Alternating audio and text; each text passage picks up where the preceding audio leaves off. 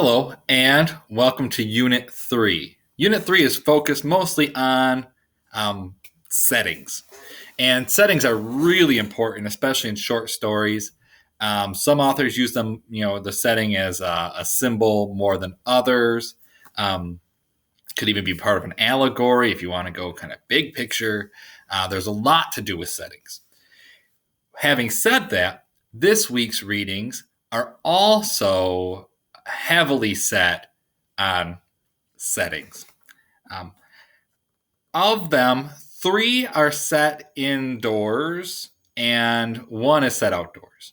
But again, I don't want to spoil the current week's reading, and so let's take a look back at some settings from the previous unit. Now, one of the most interesting settings, I'm going to go back 2 units, is Vampires in the Lemon Grove. I keep going back to this. I started the course with it for a reason. That setting, when you really dissect Vampires in the Lemon Grove, the grove can represent a place of comfort for Clyde particularly. And some would even go as far as to say that it's his Garden of Eden, right? Now, that's not by mistake. That's a real thing, right? His whole climax revolved around forbidden fruit. So we have settings are important. Once you do that, all of a sudden, right, you're like, holy cow. Well, now I see it really from a different angle. And I know in a normal lecture class, you would get me spouting a lot of this.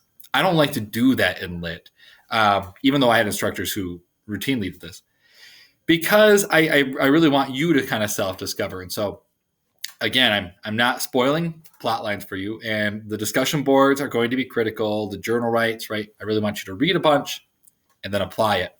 So settings from last week. So the lesson is really interesting. We have really 2 settings, maybe 3, sort of their home neighborhood. All of it kind of takes place outside. Kind of their home neighborhood. They go into the city to, the store, the big fancy store, and then they come back. The characters change a little bit as they go from place to place. The settings also reflect different ideals and for the characters. It's really quite fascinating in that regard. Also, think about your settings. So in regards to, are they making the characters comfortable, uncomfortable? Are the settings set at a certain time of day? That's part of your setting as well. So is it in a certain season? That's a setting, decision point as well. All of these usually have bigger symbols attached to them. And so as you look at the setting and also see how the characters react to their setting, are they comfortable in their setting? Are they uncomfortable in their setting? And what sort of meanings do these settings have? Vampires in Lemon Grove, one of their first dates was a cemetery with Magritte. That's one of the settings. And that's an interesting because it's a cliche, right? And so it's interesting that they chose that.